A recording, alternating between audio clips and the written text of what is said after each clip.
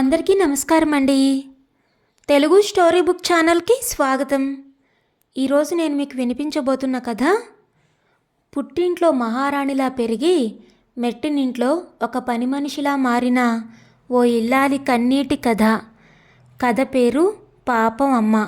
రచించిన వారు స్ఫూర్తి కందివనం గారు.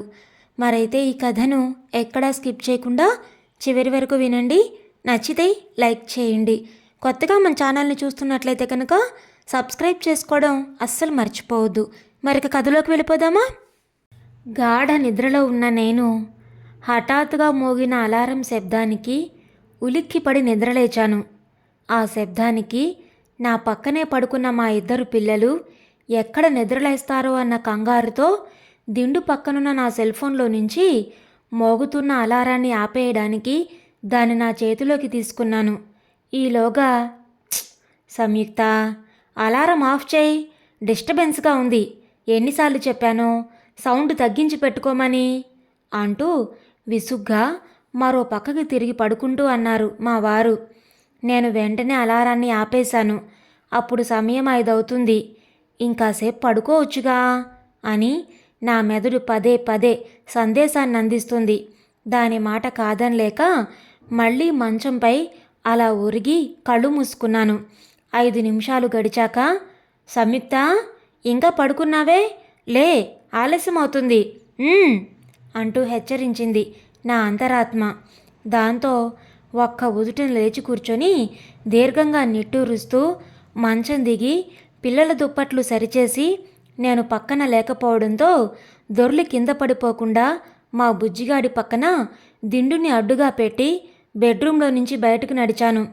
10 నిమిషాల్లో కాలకృత్యాలు ముగించుకొని ఇల్లంతా ఊడ్చి, అలాగే కాంపౌండ్ అంతా కూడా ఊడ్చి వాకిట్లో ముగ్గు వేసి పైకి లేస్తుండగా ఉన్నట్టుండి కళ్ళు బైర్లు కమ్మాయి.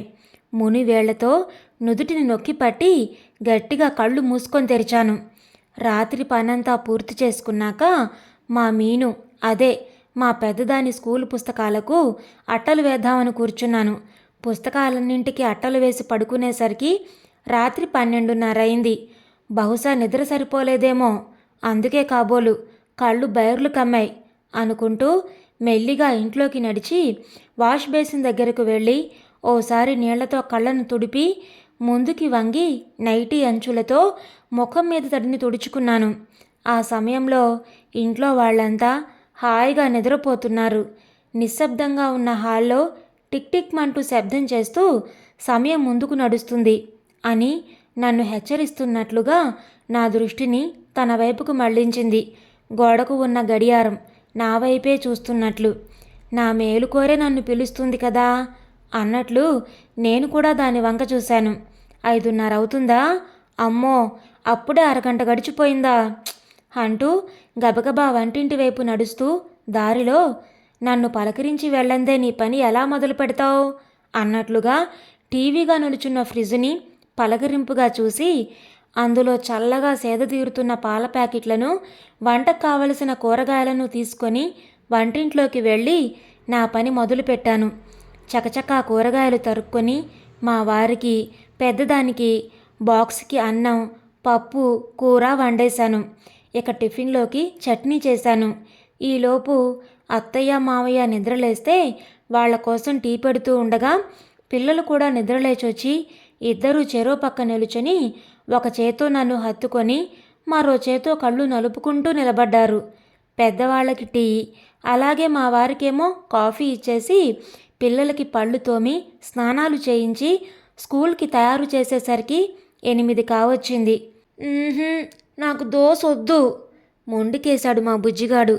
ఇవాళకి తినరా, నీకు దండం పెడతా, అక్క చూడు ఎంత బాగా తింటుందో దోశ, ఈ పూటకి తినరా నా బుజ్జి కదూ. వాడి గడ్డం పట్టుకొని బతిమాలనగా అన్నాను. అదేంటో వాడికి దోశ నచ్చదు. ఆ విషయం తెలిసినా ఇవాళ కాస్త వంట్లో బాగలేకపోవడంతో ఎలాగోలా ఈ రోజుకి అదే తినిపిద్దామనుకున్నాను. కానీ పసివాళ్ళు కదా, వింటారా? అదేం కుదరదు, నాకొద్దు, నేను తినను పేచీ పెట్టాడు మా బుజ్జిగాడు. సంయుక్త, వాడేది తింటే అది చేసి పెట్టరాదు, ఎందుకు పిల్లాన్ని అలా ఏడిపిస్తావు? టీవీలో వార్తలు చూస్తున్న మా మామయ్య మందలింపుగా అన్నారు. అలాగే అన్నట్లు తలూపి ఓ నిట్టూర్పు వదిలి వంటింట్లోకి వెళ్ళాను. పొద్దున ముగ్గు వేసేటప్పుడు కళ్ళు బైర్లు కమ్మాయి కదా, దాని ప్రభావం అనుకుంటా. బాగా తల పోటుగా అనిపించింది. ఓపిక తెచ్చుకొని అప్పటికప్పుడు బుజ్జిగాడు ఇష్టంగా తినే చిత్రాన్నం కలిపి తినిపించి పిల్లల స్కూల్ బ్యాగులు సర్ది పెట్టాను. అప్పుడే, ఏయ్ సంయుక్త, ఏంటి ఇవాళ నేను వస్తానని తెలిసి కూడా నన్ను మర్చిపోయావు? నేనంటే నీకు బొత్తిగా భయం లేకుండా పోయింది. నన్ను మర్చిపోయావో ఏం జరుగుతుందో తెలుసుగా, నీ పని అవుట్ అంటూ టంగుమని నా బుర్రలో గంట మోగించి మరీ చెప్పింది. మా ఇంటి మంచినీళ్ళ ట్యాపు.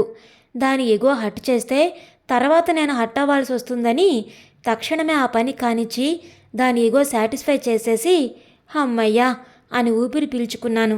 ఇంతలో, సంయుక్త, నాకు మీ మామయ్యకి టిఫిన్ తీసుకురా. పూజ గదిలో నుంచి బయటకొస్తూ చిన్నగా కేకేశారు అత్తయ్య. అలాగే అత్తయ్య అని చెప్పి వాళ్ళ కోసం దోశలు వేసుకొద్దామని వంటింట్లోకి వెళ్ళాను. గరిటెతో దోశపిండిని పెనంపై పోసి గరిటెని గుండ్రంగా తిప్పుతూ ఉండగా ఒక్కసారిగా దాంతోపాటు పెనం అలాగే వంటిల్లంతా గిర్రున తిరిగినట్లయింది. అప్రయత్నంగానే నేను కింద పడిపోయాను. ఆ తర్వాత ఏం జరిగిందో నాకు తెలీదు. కానీ కొద్దిసేపటికి కళ్ళు తెరిచి చూసేసరికి మంచంపై పడుకొనున్నాను. అప్పటి వరకు నేనెప్పుడు కళ్ళు తెరుస్తానా అని బెంగగా నా పక్కనే కూర్చున్న పిల్లలు, నానమ్మ, తాతయ్య, అమ్మ కళ్ళు తెరిచింది అంటూ కేకలు వేస్తూ పరుగున హాల్లోకి వెళ్ళారు. పక్కనే ల్యాప్టాప్లో తలదూర్చి బిజీగా ఆఫీస్కి సంబంధించి ఏదో ముఖ్యమైన పనిలో మునిగిపోయి ఉన్న మా వారు నా వైపు చూసి, ఇప్పుడెలా ఉంది అని అడిగారు. కొంచెం పర్వాలేదు తల పట్టుకొని నెమ్మదిగా పైకి లేచి కూర్చుంటూ అన్నాను. ఇంతలో మా అత్తయ్య, మామయ్య, పిల్లలు గదిలోకి వచ్చారు. నేను చప్పున మంచం దిగబోతూ ఉంటే, పర్లేదులే అన్నారు మావయ్య. అత్తయ్య కాఫీ కప్పుతో నన్ను సమీపించి, మాకిప్పుడిప్పుడు బీపీలు షుగర్లు వస్తుంటే మీకేమో ఈ వయసు నుంచే అన్ని సమస్యలు వస్తున్నాయి. డైటింగులు గీటింగులు అంటూ సరిగా తినకుండా వచ్చిన తంటాలివి. శుభ్రంగా కడుపు నిండా తిని పని చేసుకుంటే ఏవీ ఉండవు. నీ వయసులో ఉన్నప్పుడు నేను ఎన్ని పనులు చేసేదాన్నో. సర్లే, ముందు ఈ కాఫీ తాగు, కాస్త హుషారుగా ఉంటుంది అంటూ నా చేతికి కాఫీ కప్పిచ్చారు. కడుపు నిండా తిండి తినేంత సమయం కూడా ఉందా అత్తయ్య నాకు? అయినా కళ్ళు తిరిగి పడిపోతే చాలు డైటింగ్ వల్లే అంటూ అందరూ అదే డైలాగ్తో కొడతారే తప్ప అసలు కారణం తెలుసుకోరు. ఎందుకు అలా అవుతోందని కనుక్కోవడానికి ప్రయత్నించరు. నిద్ర సరిపోకపోవడమో, పని ఒత్తిడి ఎక్కువై కూడా అవ్వచ్చు కదా అని ఆలోచించరు.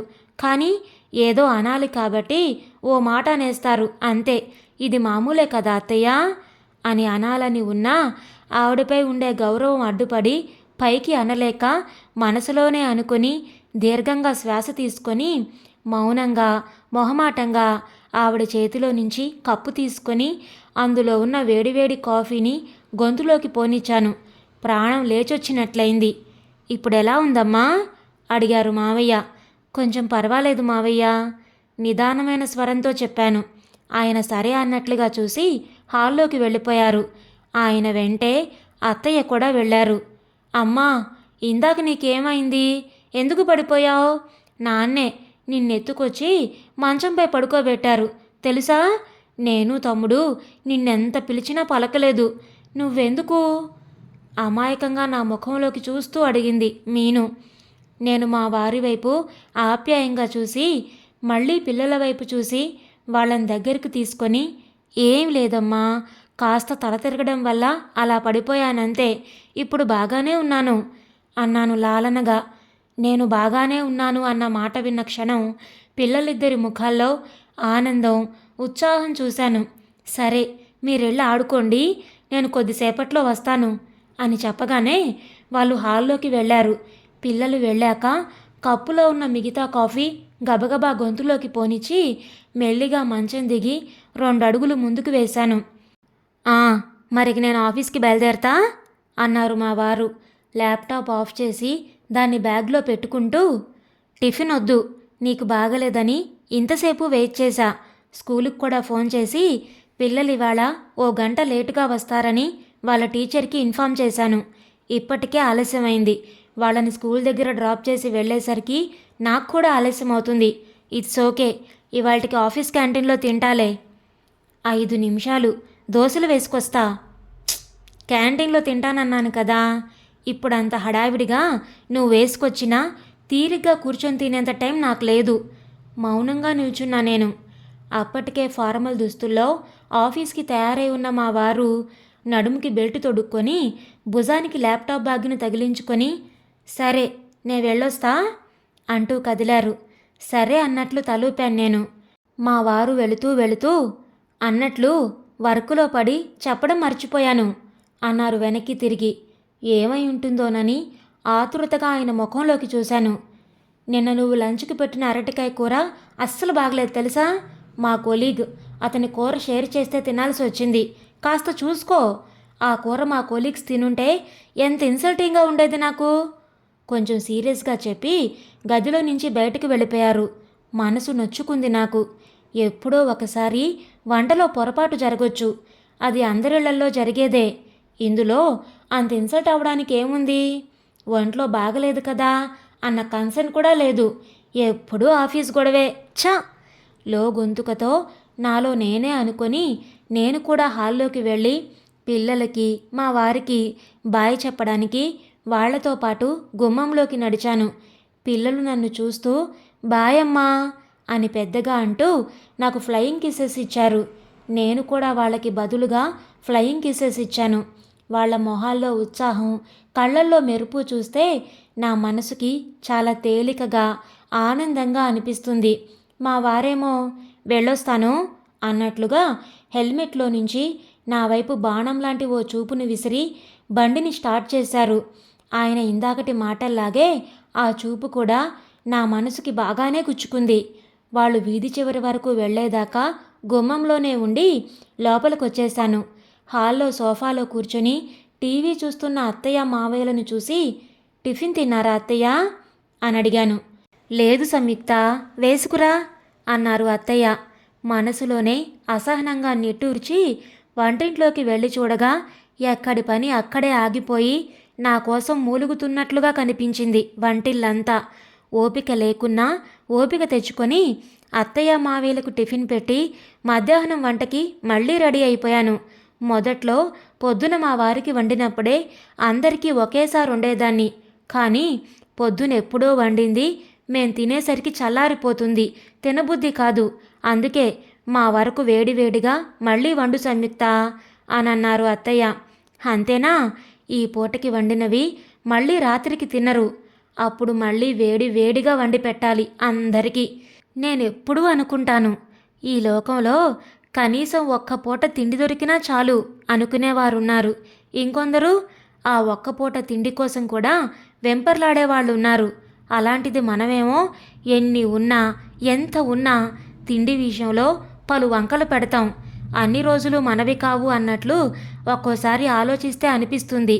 ఒకవేళ ఏదైనా కష్టకాలం వచ్చి ఏవైనా అనుకోని పరిస్థితులు ఎదురుపడితే మా ఇంట్లో లాంటి వాళ్ళు ఆ పరిస్థితులకు సర్దుకొని ఉండగలరా అని. అయినా ఎవరిష్టాలు వాళ్లకు ఉంటాయిలే. కాకపోతే ఇలా బాగలేని సమయాల్లోనైనా మినహాయింపు ఇస్తే నాకు కూడా బాగుంటుంది కదా. ఇలా పలు ఆలోచనలో మునిగి తేలుతూనే ఏదో ఒక రకంగా మొత్తానికి ఈ పూటకి వంట పని ముగించేశాను. సింకులో అంట్లు, బకెట్లో బట్టలు. మరి మా సంగతేంటి సంయుక్త అన్నట్లు నా వంక దీనంగా చూశాయి. వాటిని మాత్రం నిరాశపరచడం ఎందుకు అని వాటి పని కూడా ముగించేశాను. బట్టలు ఆరేద్దామని మేడ మీదకి వెళుతూ మా పక్కింట్లో ఉండే కళ్యాణి కనిపిస్తే, హాయ్ కళ్యాణి, నాకు కొంచెం వంటలో బాగలేదు. ఈ ఒక్కరోజుకి ఏమనుకోకుండా మీ పాపతో పాటు మా బుజ్జిని కూడా స్కూల్ నుండి తీసుకురాగలవా? మొహమాట పడుతూ నానుస్తూ అడిగాను. మా బుజ్జిగాడు ప్లే స్కూల్ కాబట్టి ఒక్కపూటే ఉంటుంది స్కూలు. పెద్దది మాత్రం సాయంత్రం స్కూల్ వ్యాన్లో వస్తుంది. ఇవాళ లేటుగా వెళ్ళారు కదా, అందుకే పొద్దున మా వారే వాళ్ళని స్కూల్ దగ్గర దిగబెట్టి వెళ్ళారు. ఓకే సంయుక్త, అలాగే తీసుకొస్తాను. దీనికింత మొహమాటంగా అడగాలా అంది కళ్యాణి మృదువుగా నవ్వుతూ. నేను నిశ్శబ్దంగా నవ్వి థ్యాంక్ యూ అని చెప్పి మేడ మీదకు వెళ్ళాను. బట్టలు ఆరేస్తూ ఉండగా వళ్ళంతా నీరసంగా అనిపించింది. ఒంట్లో సత్తువ లేనట్లుగా ఉందని అక్కడే ఓ పక్కకి పూల కుండీల వద్దనున్న చిన్న చెక్క స్టూలు మీద కూర్చున్నాను. ఈ పని అయిపోయాక స్నానం చేసేలోపు బుజ్జిగాడు స్కూల్ నుంచి వచ్చేస్తాడు. అత్తయ్య మావేలకు భోజనం పెట్టి వాడికి కూడా అన్నం తినిపించాలి. గంటన్నర సేపు వాడి వెంట పడుతూ అన్నం తినిపించేలోపు నా తల ప్రాణం తోక్కొస్తుంది. అనంతరం వాణ్ణి పడుకోబెట్టి నేను తిని మేడ మీద బట్టలు తెచ్చి మడత పెట్టి అవి సర్దేలోపు పెద్దది కూడా స్కూల్ నుంచి ఇంటికి వచ్చేస్తుంది. ఇక సాయంత్రం అందరూ టీవీ ముందు రిలాక్స్ అవుతూ ఉంటే నేను మాత్రం అందరికీ స్నాక్స్ రెడీ చేస్తూ వంటింట్లోనే గడిపేయాలి. ఒక్కోసారి సాయంత్రం పూట అంతా ఇంటి వెనక పెరట్లో కూర్చొని కబుర్లు చెప్పుకుంటూ పిల్లల ఆటపాటల్ని చూస్తూ ఎంజాయ్ చేస్తుంటారు. నేను స్నాక్స్ చేస్తూ మధ్య మధ్యలో దూరం నుంచే చూస్తూ నేను కూడా అందరితో పాటు అలా కూర్చుని టైం స్పెండ్ చేసేలా ఉంటే ఎంత బాగుండు అని ఫీల్ అవుతూ ఉంటాం. ఆ తర్వాత ఒకవైపు పిల్లల్ని చదివిస్తూ వాళ్ళకి హోంవర్కులు చేయిస్తూనే వంట చేయాలి. రాత్రి అందరికీ భోజనం పెట్టి భోజనాలు ముగిశాక మళ్ళీ అంట్లు తోముకొని వంటిల్లంతా సర్దుకొని పిల్లల్ని పడుకోబెట్టి వాళ్ళ ఇంటి నిండా పడేసిన బొమ్మలు చెత్త క్లీన్ చేసి నేను పడుకునేసరికి ఒళ్ళు హోనమైపోతుంది. మళ్ళీ పొద్దున్నే లేవాలి, లేకపోతే అన్ని పనులు ఆలస్యం అవుతాయి. ఇంట్లో వాళ్ళ కోపాలకు చిరాకులకు బలి కావాలి. ఇక కడుపు నిండా తిండి కంటి నిండా హాయిగా నిద్రపోయే సమయం ఎక్కడిది నాకు? నాకంటూ ప్రత్యేక సమయం ఎప్పుడు దొరుకుతుందో ఏమో. ఎండాకాలంలో అయితే ఇక నా అవస్థ చెప్పక్కర్లేదు. బగబగమండే ఆ బాణుడికి నేనంటే ఎంత కోపమో ఏమో మరి అన్నట్లు ఇంట్లో వాళ్ళంతా ఫ్యాన్ల కింద ఏసీలు కూలర్ల ముందు చల్లగా సేద తీరుతూ ఉంటే నన్ను వంటింట్లో ఉక్కపోతతో ఉడికిస్తూ చెమట్లతోనే స్నానం చేయిస్తాడు. ఇదంతా ఒక ఎత్తైతే ప్రతి నెల ఆ 3 రోజులు నా అవస్థ ఆ దేవుడికే ఎరుగు. కాదు, ఆ దేవుడు కూడా ఎరగడేమో. అందుకే ఆ 3 రోజులు వచ్చే భరించలేని నొప్పిని తట్టుకోలేక ఒళ్ళంతా చెమటలు పట్టి నా కాళ్ళు చేతులు వణుకుతూ నా శరీరమంతా బలహీనమైపోయి నిలబడలేక కూర్చోలేక ఒక్కదాన్నే ఇటు పనంతా చేసుకోలేక అటు పిల్లల్ని మేనేజ్ చేసుకోలేక తిందామంటే తిండి తినలేక ఉక్కిరి బిక్కిరి అయిపోతున్నా ఎవరికీ పట్టదు. ఆ క్షణం నా బాధను ఎవరితోనూ చెప్పుకోలేక దుఃఖమంతా మౌనంగా కళ్ళ వెంట జారి చెక్కిళ్ళని చేరుతూ ఉంటే వంటగది వేడికి నా వదనానికి పట్టిన చెమట బిందువులు వాటిని ఇంట్లో వాళ్ళకి కనిపించనీయకుండా కప్పిపుచ్చేస్తాయి. అందరికీ టైంకి అన్నీ కావాలి. ప్రాణం పోతుందన్నా అన్నీ నేనే చేయాలి. పోనీ పని మనిషినైనా పెట్టుకుందామంటే మన పని మనం చేసుకుంటే పని మనుషులతో పనేంటి మనకి? వాళ్ళు డబ్బులు తీసుకుంటారు కానీ సరిగ్గా రారు. వచ్చినా ఆదరా బాదరాగా ఏదో చేసేసి వెళ్ళిపోతారు అని చెప్పి వద్దన్నారు అత్తయ్య వాళ్ళు. మొదట్లో ఉద్యోగానికి కూడా వెళ్ళేదాన్ని. బుజ్జిగాడు పుట్టాక ఇంటి పని ఆఫీస్ పనితో ఒత్తిడి బాగా పెరిగింది. చేయలేకపోయేదాన్ని. అందుకే 30,000 జీతం వస్తున్న ఉద్యోగం కూడా వదిలేశాను. ఇంట్లో అన్ని పనులు ఒకే మనిషి ఎలా చేస్తుంది? ఒక్కతే కష్టపడుతుంది. పాపం మనం కూడా ఏవైనా చిన్న చిన్న పనులు చేస్తూ తనకి సహాయపడదామని ఒక్కరు కూడా ఆలోచించరు. పైగా చేసిన వాటికి పేర్లు పెడుతూ ఉంటారు. అవును, ఆలోచించరు. ఎందుకు ఆలోచిస్తారు? ఒకప్పుడు పెళ్ళి కాకముందు నేను కూడా ఇంతే కదా. మా ఇంట్లో నేనే చిన్నదాన్ని. నాకంటే ముందు 2 అన్నయ్యలు, ఒక్కతే ఆడపిల్ల. అందులోనూ చిన్నదాన్ని కావడంతో ఇంట్లో నాకు గారాబం ఎక్కువ. మా నాన్న గారాబం మరీ ఎక్కువ.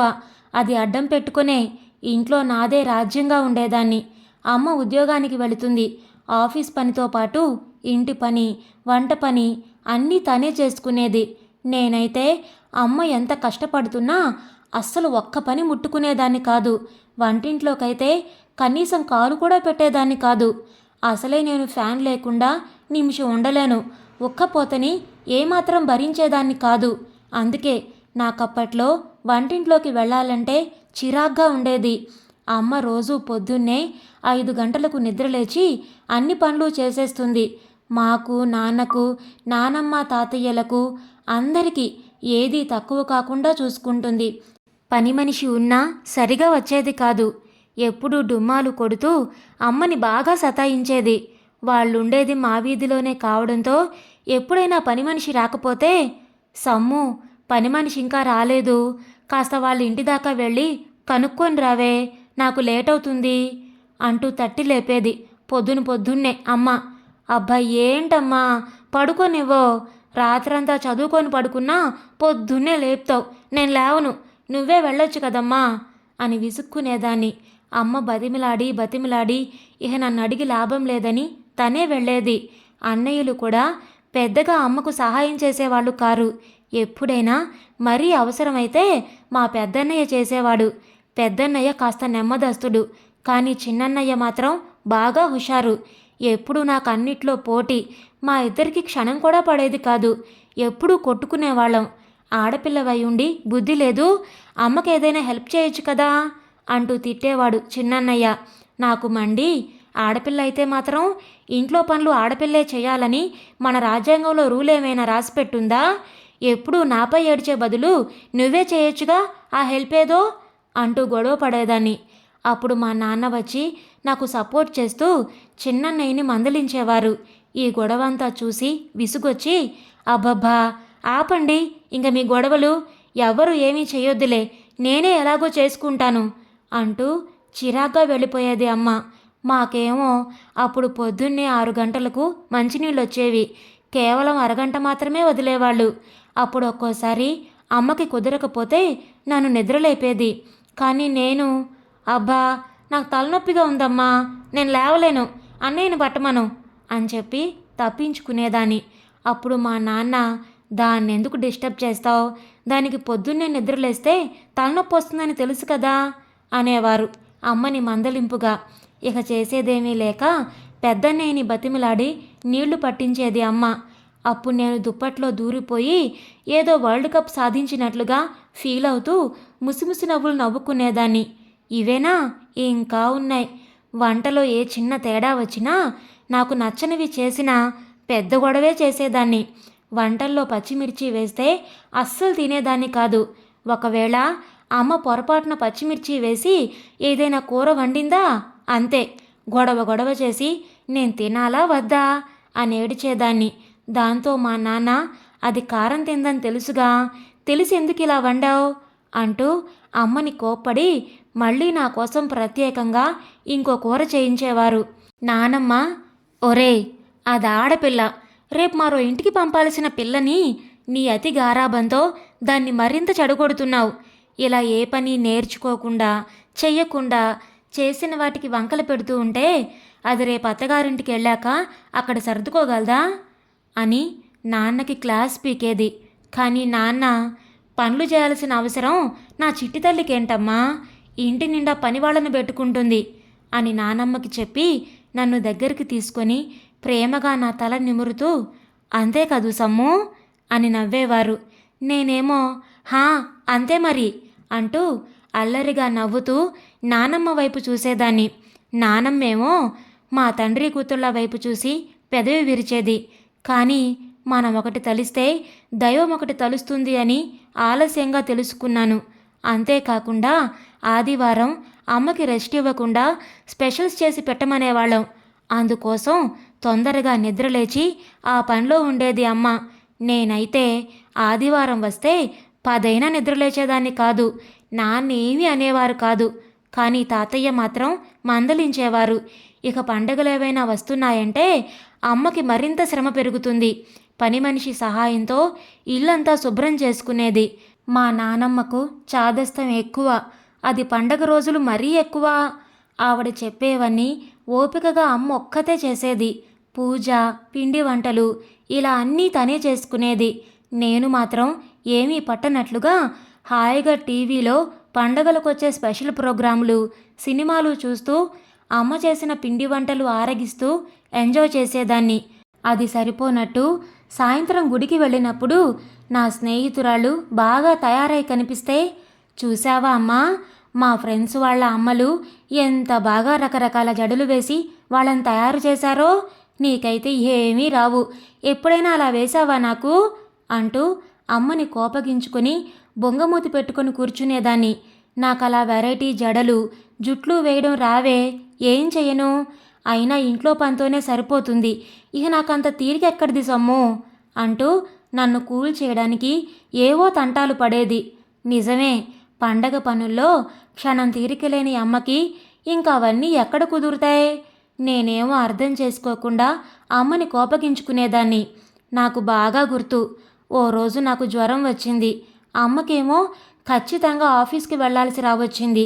ఇక నా కోసం నాన్న లీవ్ తీసుకొని నా పక్కనే ఉండి మందులు వేస్తూ నన్ను చూసుకున్నారు. కానీ నేను నాకొద్దు, అమ్మ తినిపిస్తేనే నేను తింటాను అంటూ తినకుండా మంకు పట్టు పెట్టాను. అప్పుడు నాన్న, అమ్మ ఇంటికి రావడానికి ఇంకా టైం ఉంది, అంతవరకు ఇలా ఏమీ తినకుండా ఉంటే నీరసం వస్తుంది, నా తల్లి కదూ, తినమ్మా అంటూ బతిమాలారు. కానీ నేను అస్సలు వినలేదు. ఈలోగా అమ్మ ఆఫీస్ నుండి ఇంటికి రానే వచ్చింది.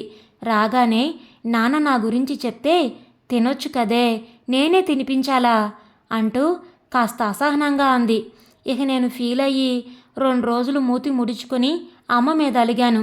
ఇప్పుడు అర్థమవుతుంది, అసలే ఆఫీసులో పనిచేసి అక్కడి నుంచి బస్సులో ప్రయాణం చేసి అలసిపోయి ఇంటికొచ్చిన అమ్మను సరిగా అర్థం చేసుకోకుండా నేను మరింత ఊపిరాడనివ్వకుండా చేశానని. నెల నెల నాకొచ్చే నొప్పికి తట్టుకోలేక నీటిలో నుంచి గట్టుపై పడిన చేప పిల్లలా గిలగిలా కొట్టుకుంటుంటే ఇంట్లో వాళ్ళంతా కంగారు పడేవాళ్ళు. అమ్మ కళ్ళు తడిసేవి. ఆఫీసు నుంచి ఇంటికొచ్చి నా పక్కనే ఉండి నా కాళ్ళు పెట్టేది. నడుంకి జండూ బాం పూసి మర్దనా చేసేది. నాకు నొప్పి తగ్గే వరకు నా పక్కనే కూర్చునేది. ఇక ఆదివారాలు సెలవు వస్తే చాలు, అత్తమ్మలు, మామయ్యలు, వాళ్ళ పిల్లలు అందరూ మా ఇంటికే వచ్చేవాళ్ళు. వాళ్ళకి భోజనాలు వగైరా అన్నీ అమ్మే చేసి పెట్టేది. ఇలా సెలవు రోజులు కూడా అమ్మకి రెస్ట్ ఉండేది కాదు. నేను అవేవీ పట్టించుకోకుండా మామయ్యల పిల్లలతో ఆడుకుంటూ ముచ్చట్లు పెడుతూ కూర్చునేదాన్ని. ఇవన్నీ కాకుండా మా తాతయ్య మంచానికి పరిమితం అయిపోయినప్పుడు నానమ్మక వయసు మీద పడింది. మోకాళ్ళ నొప్పులతో పాటు బీపీ, షుగర్ పని చేయలేదు. ఇక అమ్మే అన్నీ చేసేది. ఒక్కోసారి మా తాతయ్య అమ్మ చేసిన కూరలు రుచిగా లేవని మళ్ళీ వండించేవారు. పాపం అమ్మ ఎన్ని పనులైనా ఎంత కష్టాన్నైనా భరించేది. చాలా సహనంగా ఉండేది. అన్ని పనులు ఓపిగ్గా చేసేది. ఒంట్లో బాగలేకున్నా ఎవరికీ చెప్పేది కాదు. ఒక్కోసారి మరీ ఒత్తిడి పెరిగితే పైకి చెప్పదు, కానీ కాస్త కోపంగా ఉండేది. అమ్మా, ఎప్పుడు చూసినా ఎందుకలా కోపంగా ఉంటావు? మంచిగా హుషారుగా ఉండొచ్చు కదా అంటూ కసిరేదాన్ని నేను. ఇప్పుడు నాకు బాగా తెలిసొస్తుంది అమ్మ ఎందుకు అలా ఉండేదో. ఇక నేను చేసే పనులకి నా మీద కోపం వచ్చినా నన్నేమీ అనలేక తన కోపాన్ని లోపలే అణుచుకునేది. నాకు సపోర్ట్ చేస్తూ నాన్న తనను కోప్పడినా మౌనంగా ఉండేదే తప్ప ఒక్క మాట కూడా అనేది కాదు. ఇంట్లో అంత పని చేస్తూనే ఆఫీసుకు కూడా వెళ్ళేది. ఆఫీస్ పనిలో కూడా ఏమాత్రం అశ్రద్ధ చూయించకుండా తను తీసుకునే జీతానికన్నా ఎక్కువే న్యాయం చేసేది. అంతెందుకు, వయసు పెరిగినా ఇప్పటికీ ఇంటి పనులతో పాటు తన ఉద్యోగాన్ని కూడా కొనసాగిస్తూనే ఉంది అమ్మ. ఇప్పుడు అవన్నీ తలుచుకుంటే పాపం అమ్మ అని చాలా బాధేస్తుంది. అమ్మని నేను ఎంత ఇబ్బంది పెట్టాను అని తలుచుకున్నప్పుడల్లా చాలా గిల్టీగా అనిపిస్తుంది. ఇప్పటికీ ఎప్పుడైనా పిల్లలకు సెలవులున్నప్పుడు పుట్టింటికి వెళ్ళినప్పుడు అమ్మ నన్ను ఒక్క పని కూడా చేయనివ్వదు. వద్దులే సంయుక్త, ఎలాగో రోజూ చేస్తావు, ఇక్కడికి వచ్చినప్పుడన్నా ఓ 4 రోజులు రిలాక్స్ అవ్వు అంటుందే కానీ నన్ను అస్సలు చేయనివ్వదు. ఎంతైనా తల్లి మనసు కదా. అసలు ఇంట్లో అన్ని పనులు ఒకరి మీదే వేయకుండా ప్రతి ఒక్కరూ ఇది మన పనే కదా అని భావించి అంతా కలిసి పనులు పంచుకొని చేసుకుంటే ఎంత బాగుంటుంది. ఆ రోజులు ఎప్పుడొస్తాయో. ఇలా ఆలోచనల్లో మునిగిపోయిన నన్ను నా ఎదురుగా కొన్ని అడుగుల దూరంలో ఉన్న బకెట్లో తడిసి ముద్దయి నీళ్లు కారుతున్న బట్టలు, ఎంతసేపు మేము ఇలా తడిలో పడుండాలి అన్నట్లుగా నా వంక గుర్రున చూస్తున్నట్లు నా అంతర్నేత్రం హెచ్చరించింది. తక్షణమే నా ఆలోచనలో నుంచి తేరుకొని ఈ లోకంలోకి వచ్చి వాటిని కూల్ చేయడానికి వెంటనే పైకి లేచి బకెట్ని సమీపించి అందులోని బట్టలన్నింటినీ అక్కడ ఉన్న తీగలపై ఆరేసిన వెంటనే అవన్నీ గాలికి రెపరెపలాడుతూ సంతోషంగా నా వైపు చూశాయి. ఇంతలో అమ్మా అంటూ గుమ్మం నుంచే గట్టిగా కేకేస్తూ గేటు తెరిచి ఇంట్లోకి పరిగెడుతూ వెళ్ళిన బుజ్జిగాడి గొంతు వినిపించగానే ఉలికిపాటుగా గబగబా ముందుకు నడిచి మెట్లు దిగి క్రిందకి వెళ్ళిపోయాను. ఇదండి ఈరోజు కథ. ఈ కథను గురించిన మీ విలువైన అభిప్రాయాలను కామెంట్స్లో తప్పకుండా తెలియచేయండి. ఇంత మంచి కథను మనకు అందించిన స్ఫూర్తి గారికి మనందరి తరపు నుంచి ధన్యవాదాలు తెలియజేసుకుంటున్నానండి. మరి కథ మీకు నచ్చిందా? నచ్చితే లైక్ చేయండి, షేర్ చేయండి. అలాగే కొత్తగా మన ఛానల్ని చూస్తున్నట్లయితే కనుక సబ్స్క్రైబ్ చేసుకోవడం ద్వారా ఇలాంటి మరెన్నో మంచి మంచి కథలను మన ఛానల్ ద్వారా వినవచ్చు. మళ్ళీ రేపు మరొక మంచి కథతో మీ ముందుకు వస్తాను.